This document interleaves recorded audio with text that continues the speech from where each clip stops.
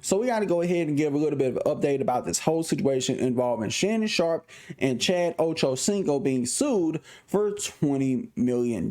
It seems that case has officially been dismissed. This report comes from Lauren LaRosa herself, where she said that Shannon Sharpe and Ochocinco's $20 million defamation lawsuit that was filed by Ms. Tillman has been dismissed. She says she is the woman who went viral at an Usher concert who alleged she was defamed when Shannon Sharpe and Ocho falsely reported on her marital status following the viral concert video.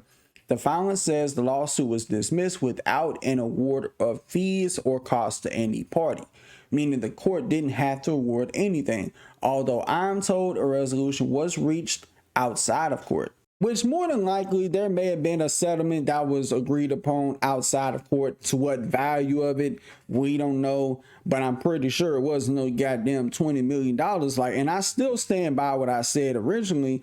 I don't think that woman had a case from the jump that she was gonna, really get anything, because yes, while you are a private citizen, nobody really knows who you are, and I don't really think it should have went as far as you to try to sue these guys. Now, granted, even though I say all that, I do believe that both should have been held accountable anyway, because she did try to reach out to you. So this would have never reached the public airways had you just took it down and just maybe spoke on it for a couple minutes on the Nightcap show. Now, granted, they eventually ended up taking it down everywhere except Apple, but even that got removed at one point. Y'all should have just corrected your mistake and you wouldn't even got here. But at the same time, I don't really think that had that much of an impact on her career, which I still stand on that square. I don't think that this had any impact on her career in any negative way. Now, ever since this whole lawsuit got filed, she's went to different platforms to kind of speak her piece. Opportunity to even be able to retract it, just to apologize. You sent out emails, letters, you've spoken with people, the producers over there, everything, and still they chose not to take it down. Absolutely. So when it all began, this is back in April, many people are just hearing about it now, and that shows I'm not into trying to get a media hit about this. It got picked up. I'm not even sure how. I'm not really talking about the nuts and bolts of the case, but this case is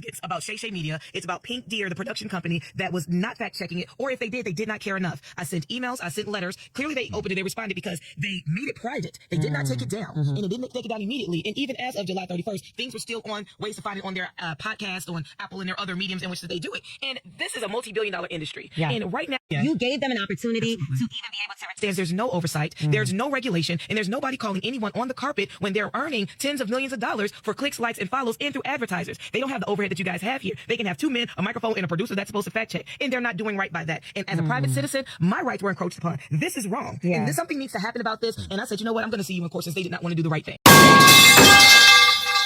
Now, granted, I want people to keep in mind that the woman who does the show Morning Hustle, she's very controversial in her own way. And who knows, she may have wanted to do this interview because she may have a personal issue with Shay and Ocho, whatever that may be. The problem with having some sense of oversight or regulation over podcasters and people like myself who make YouTube videos about, certain things going on, I feel like that could result in a slippery slope to where anything and everything might get taken down or be resulted into a fucking lawsuit just because somebody's feelings get hurt. And like I said before, I feel like there ought to be a counter to this, where if y'all gonna, try to go to court and talk about regulation, what needs to be regulated is the people and the amount of lawsuits that get handed out like Halloween candy. At a certain point, whether it be the law firms themselves or the powers that be within the land of the US, need to do something about people who just over here putting out frivolous lawsuits. You can't file a lawsuit trying to sue somebody over,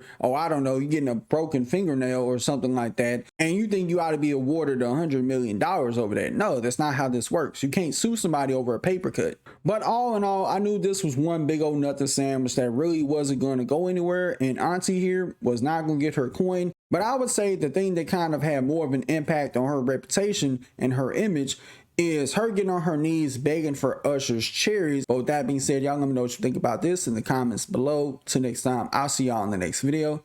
Peace.